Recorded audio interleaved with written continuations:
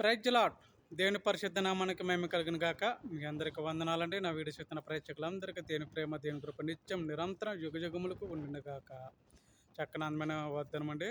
పరిశుద్ధాత్మ దేవుడు మరొక వాగ్దానం కోసం మనకు సిద్ధపరిచిన వాగ్దానం అపోస్తుల కార్యములు 2వ అధ్యాయం 6వ వచనం.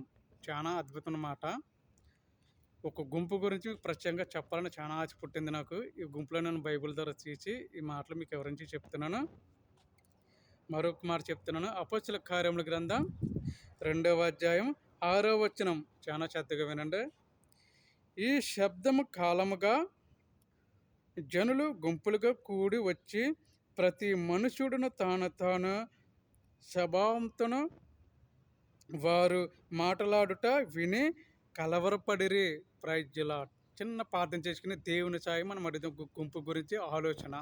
మహాపరిశుద్ధుడ, ప్రేమ నమ్మకం గల తండ్రి, సర్వోన్నతుడ, స్తోత్రం, వందనాలయ్య, వందనాలు తండ్రి, వందనాలు దేవ. ఇదిగో ప్రభు, ఈ వాగ్దానం పట్టి మేము నడుచుకున్నట్టు కృపను మాకు దయచేయండి తండ్రి. మాలో ఉన్న చెడు తలంపు, మాలో ఉన్న చెడు ఆలోచన, మాలో ఉన్న చెడు లోకాంతరం జీవించే బ్రతుకు మాలో కపటమైన ఆలోచన, కపటమైన తలంపు మాలో వండుకున్నట్లు అయినా తండ్రి, ఇలాంటి గుంపుల్లో మేము జీవించుకున్నట్లు ప్రభా, నీ రాజ్యంలో చేరేంత వరకు నీ చాచిగా వాడబడే కృపను మాకు దయచేయండి తండ్రి. ఏచి రాజా స్తోత్రం. ఈ వాగ్దానం అంటున్న ప్రతి ఒక్క బిడ్డ కూడా ప్రభా రచించబడే కృపను దయచేయండి. దీవెనకరంగా మారి గొప్ప శక్తిని దయచేయండి. నీకే మేము ఘనత స్తుతులు స్తోత్రం చెల్లించుకుంటే మా ప్రియ పరలోకపు పునాదిరాడైన యేసు క్రీస్తు నామమున బతిమాలికి ప్రార్థించి వేడుకుంటున్నాను తండ్రి. ఆమె ఆమె ఆమె. ప్రజలాడండి. అదే మాట మరొకసారి చదువుతున్నాను. అపోస్తుల కార్యం గ్రంథం 2వ అధ్యాయం 6వ వచనం. ఈ శబ్దము కాలము కాక జనులు గుంపులుగానే కూడి వచ్చి ప్రతి మనుషుడు తన స్వభావంతోనే వారు మాట్లాడుట విని కలవరపడిరి. ప్రియమైన సహోదరులారా, చూచారా పరిశుద్ధాత్మ దేవుడు ఏ రకంగా మనతో మాట్లాడుతున్నాడను. ఈ గుంపుల గురించి. గుంపులంటే మనలో భయంకరమైన గుంపులు బయలుదేరి వచ్చినాయండి. ఏంటి ఆ గుంపులు అంటే, ఒక్కొక్కరిని ఒక రకంగా మనం చెప్పవచ్చు, ఒక్కొక్కరిని ఒక రకంగా మనం అర్థం చేసుకోవచ్చు. ఎందుకంటే గుంపులు ఆ రకంగా బయలుదేరి వస్తున్నారనమాట.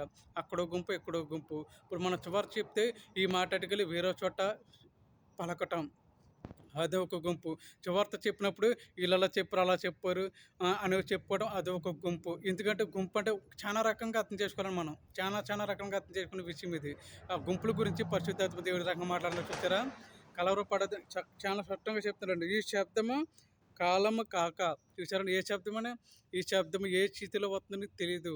ఈ గుంపులో ఉన్నప్పుడు చాలా జాగ్రత్త సుమా. గుంపు నీలో వెంటాడినప్పుడు చాలా జాగ్రత్తగా ఉండాలి. ఆ గుంపు నుంచి నువ్వు తప్పించుకోవాలంటే, నా రాజ్యంలో చేరాలంటే ఈ గుంపులో ఉన్న చెడు తలంపులన్నింటిని విడిచిపెట్టి నా గుంపులో చేరని స్పష్టంగా చెప్తున్నారండి. ఆ గుంపు ఎవరో సాతాను గుంపులను ఉండొద్దు, సాతాను తలంపులను ఉండొద్దు, సాతాను ఆలోచన గుంపులను ఉండొద్దు. 10 మంది ఉన్న దాంట్లో కూడా పొరపాటును కూడా చేరవద్దు. ఎందుకంటే ఎలాంటి వాడైనా సరే నేను తలపెట్టవచ్చు, ఎలాంటి వాడైనా నిన్ను ఇబ్బందులు పెట్టవచ్చు, శ్రమలు పెట్టవచ్చు, అవమానపరచవచ్చు. అందుగురించి నేను నీ కోసం ప్రాణం పెట్టాను కనుక, నీ కోసం చిల్లులో రక్తం కార్చాను కనుక, నువ్వు పడన శ్రమ నేను పడ్డాను కనుక నా గుంపులో చేరని దేవుడు స్పష్టంగా చెప్తున్నాడండి. దేవునికే మహిమ కలుగాక. నా ప్రియమైన సహోదరులారా, ఈ సాయంకాల సమయం మంది పరిశుద్ధాత్మ దేవుడు నీతోనే చూటుగా మాట్లాడుతున్నాడండి. ఎందుకంటే మన గుంపులో బయలుదేరినప్పుడు మన ప్రవర్తన చాలా జాగ్రత్తగా ఉండాలని, మనం నోటి మాట కూడా చాలా జాగ్రత్తగా రావాలి, మన తలంపు కూడా చాలా జాగ్రత్తగా చాలా జాగ్రత్తగానే ఉండాలి. ఎందుకంటే ఆ గుంపులో చేరినప్పుడు దేవుని మహిమను చూడాలి, దేవుని ఆలోచనను ఆలోచించాలి. ఎందుకంటే ఆ గుంపులో చేరినప్పుడు దేవుడు ఏం చెప్తున్నాడండి, నువ్వు చాలా శ్రద్ధగా ఆలకించము నా మాటలను స్పష్టంగా చెప్తున్నాడు కదా.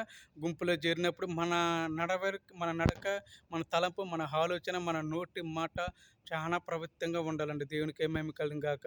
ఒక వ్యక్తి దగ్గర మనం ఏ రకంగా మాట్లాడుతున్నామో దాన్ని బట్టి మనం అర్థం చేసుకుని ఆ గుంపులో చేరినప్పుడు పరిశుద్ధాత్మ దేవుని మాటలు నువ్వు చెప్పడం ప్రారంభించాలి. దేవునికి ఏమేమి కలిగాక. ప్రియమైన సహోదరులారా, చూసారా దేవుని ప్రేమ గల మాటలు ఎంత అద్భుతంగా ఉన్నాను. ఆ గుంపులో చేరినప్పుడు అంటే నువ్వు రక్షించబడే మాటలు చెప్పాలంట. నేను నిజమైన సర్వసృష్టికర్త దేవుడు లోకంలో ఉన్నాడని చెప్పాలంట. మన కోసమే ప్రాణం పెట్టాడు, మన కోసమే చిలువలో రక్తం కార్చాడు, మన కోసమే చిలువలో బలియాగమే తిరిగి లేచాడని స్పష్టంగా చెప్పాలంటండి.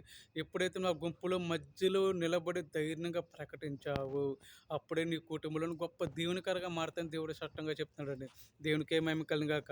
చూడండి, మరొకసారి చెప్తున్నా అదే మాట. చూసారండి ఎంత అద్భుతంగా రాయబడిన మాటను. ఈ శబ్దము కలగక జనులు గుంపులుగా కూడి వచ్చి ప్రతి మనుషుడును తాను తన స్వభావంతోనే వారు మాట్లాడుట విని కలవరపడిరంట. ఏంటి కలవరపడుతున్నా చూసారా? ఒక్కొక్కసారి నువ్వు గుంపులో ఉన్నప్పుడు షార్టెస్ట్గా నీకు మరణమే రావచ్చు.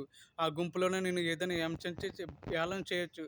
ఆ గుంపులోనే నువ్వు మాట పొరపాటున తప్పుల మాటలు మాట్లాడితే ఆ గుంపులోనే నేను కొట్టినా కొట్టవచ్చు. అలాంటిదప్పుడు నువ్వు జాగ్రత్తను స్పష్టంగానే చెప్తున్నాడు మనకు గుంపు దారును. దేవునికే మహిమ కలుగాక. నా ప్రియమైన విశ్వాసులారా, నా ప్రియమైన సహోదరులారా, పరిశుద్ధాత్మ దేవుడి నీతోనే చక్కని మాటలు గుంపు దారున బయలుపరిచాడండి. ప్రియమైన విశ్వాసులారా, అదే అపోస్తల కార్య గ్రంథం 21వ అధ్యాయం 30వ వచనం. అదే అపోస్తల కార్య గ్రంథం 21వ అధ్యాయం 30వ వచనం. పట్టణమంతయు గలిబిలిగా ఉండెను. జనులు గుంపులుగాను పరిగెత్తుకుని వచ్చి చెవులను పట్టుకుని దేవాలయంలో నుండి అతనిని వెలుపలకు ఈడ్చిరి. వెంటనే తలంపులు దేవుడు సృష్టించాడంటే చూసారండి. ప్రియమైన సహోదరులారా, ఈ అపోస్తల కార్య గ్రంథంలో రాయబడిన మాట, ఈ కొత్త నిబంధనలో రాయబడిన అద్భుతమైన మాట చూసారండి. ఆ పట్టణమంతా గలిబిలిగానే ఉండినంట. జనులు గుంపులుగా పరిగెత్తుకుని వచ్చారంటనే. చూసారా? పట్టణం అంతా ఇంత గలిబిలిగా అయిందని. ఎక్కడో ఒక చోట భూకంపం జరుగుతూనే ఉంటుంది, గలిబిలి అవుతుంది కదా. ఎక్కడో చోట వరదలు వస్తూనే ఉన్నాయి, గలిబిలి అవుతుంది కదా. ఎక్కడో ఒక చోట మరణ హత్యలు జరుగుతూనే ఉన్నాయి, అది గలిబిలే కదా. ఎక్కడో ఒక చోట పాపమైన ఘోరమైన నరహత్యలు, దొంగతనాలు, వ్యభిచారులు ఇలాంటివి జరుగుతూ ఉండగా ప్రతిరోజు మన పేపర్లో, యూట్యూబ్లో, టీవీలో చూస్తూనే ఉంటున్నాం కదా. దేవునికి మహిమ కలుగుగాక. నా ప్రియమైన సహోదరులారా, దేవుని ఉగ్రత వచ్చిందంటే నువ్వు ఏ స్థితిలో ఉన్నావు ఆ స్థితిలో నుంచి క్షణంలో నువ్వు ఆయన దగ్గరికి వెళ్ళిపోవలసిందే. ఆయన ఉగ్రత నుంచి నువ్వు తప్పించుకోవాలంటే ఆ గుంపుల నుంచి నువ్వు ఖచ్చితంగా తప్పించుకోవాలి. ఆ గుంపుల నుంచి నువ్వు విడుదల పొంది తండ్రి అయిన గుంపులకు నువ్వు చేరాలి. దేవునికే మహిమ కలుగాక. అపవాదుడు వేయుచున్న మంత్రతంత్రాలకు అనేకమైన విధములకు నువ్వు తప్పించుకుని వచ్చి దేవుని సన్నిధిలో పరిశుద్ధాత్మ ప్రేమను పొందుకుంటే కనుక మహా అద్భుతమైన కార్యమును చూడగలుగుతావు. అలాంటి గుంపుల నుంచి తండ్రి అయిన దేవుడు నీ కుటుంబాన్ని తప్పిస్తాను అన్నాడండి. నీ కుటుంబాన్ని తప్పిస్తాను అన్నాడు. నీ బంధువులు, నీ స్నేహితులు అనేక మంది విధములుగా నేను తప్పిస్తాను. ఏ స్థితిలో ఉన్నా సరే నేను వాళ్ళని తప్పిస్తాను. నువ్వు ఆ గుంపుల నుంచి క్రమ పద్ధతిగా తప్పించుకుని వచ్చి నా సన్నిధిలో, నా మందిరంలో, నా గుంపులో ఉన్న మందిరంలోనే ప్రేమ కలిగి ఉండనని స్పష్టంగా చెప్తున్నాడు. దేవునికే మేము కలుగాక. ఇక మీదట అలాంటి గుంపులో మనం వండుకున్నట్లు తండ్రి ఏర్పరిచిన మనకు అద్భుతమైన గుంపులను మనం ఏర్పడి ప్రతి ఒక్కరము ఆయన చనులు శుతిస్తూ ఆరాధిస్తూ మహిమపడుతూ గణపడుతూ నిత్యం నిరంతరం యుగములకు పిల్లల తరంతరం మన కుటుంబంలో కాచి కాపాడాయని ఆయన సన్నిధిలో మనము ప్రార్థన చేసుకుందాం. ఈ కొద్ది వాచన దేవుడు దీవించి ఆశీర్వదించి కాచి కాపాడను గాక. చిన్న ప్రార్థన. మహాపరిశుద్ధుడా, ప్రేమ నమ్మకం గల తండ్రి, సర్వోన్నతుడా, స్తోత్రం, వందనాలు తండ్రి. ఇదిగో ప్రభు, నువ్వు ఇచ్చిన అద్భుతమైన మాటను బట్టి మేము జ్ఞాపం చేసుకున్న చక్కని కృపను ఇచ్చినందుకు స్తోత్రమయ్యా. ఇలాంటి గుంపులు మమ్మల్ని తప్పించి నీ రాజ్యంలో చేరే గుంపులు మమ్మల్ని ఉంచే కృపను మాకు దయచేతండి. ఇంకా ఈ పాపాలోకలు మమ్మల్ని తప్పించడానికి కృపణ దయచేదేవా. అపవాదుడు తన మంత్ర తంత్రులకి వెళ్ళి ఆలోచనలు కూడా మేము వండుకున్నట్లు నీ రాజ్యంలో చేరేంతవరకు నీ సాక్షిగా వాడబడే కృపణ మాకు దయచేతండి. యేసయ్యా స్తోత్రం తండ్రి. ఇక మీదటైన ప్రభావ నీ గుంపులో చేరే కృపణ మాకు దయచేతండి. నీ గుంపులో చేరే మాకు ఆత్మ రచన దయచేతండి. యేసయ్యా స్తోత్రమయ్యా. నీవు చేసిన గొప్ప అద్భుతమైన కార్యములు ఎన్నటికీ మేము మర్చిపోకున్నట్లు నీ రాజ్యంలో చేరేంతవరకు ప్రభావ నీ సాక్షిగా అనేక మంది బిడ్డలు మేము చెప్పటకు కృపణ మాకు దయచేతండి. ప్రతి ఒక్క కుటుంబాన్ని రక్షించబడటకు కృపను మాకు దయచేతండి. ఇంకా ఎంతమంది నీ ప్రేమ చూడక ఎంతమందో నైనా తండ్రి భూమిని విడిచిపెట్టి అనాథ పనులు అయిపోయారు తండ్రి. యేసయ్యా స్తోత్రం ప్రభు. ఇంతవరకు మమ్మల్ని స్థితికి ఉంచేవంటి కాలం ఇది నీ కృపైనా తండ్రి. నీ ప్రేమ, నీ కృప మాలు ఉంచి నిత్యం నిరంతరం ఉండే కృపను మాకు ఉచితనందుకు స్తోత్రమయ్యా తండ్రి. తరతరములకు యుగయుగములకు నీ రాజ్యాలు చేరేంతవరకు నీ చాచిగా వాడబడే కృపను మాకు దయచేతండి. ఐసీయూలో ఉన్న, హాస్పిటల్లో ఉన్న, సీరియస్ కండిషన్ ఉన్నా, ఏ రోగాలతో ఏ వ్యక్తిని గుండె పొడితే, కీడు నొప్పులతో, మొక్కలు నొప్పులతో ప్రతి ఒక్క రోగం నుంచి స్వచ్ఛత కలిగజేసే కృపను దయచేతండి. ఇదిగో ప్రభు, సంతానం లేని వరకు ఎదురుచిన బిడ్డల పట్ల సంతానం కలిగజేసే కృపను దయచేతండి.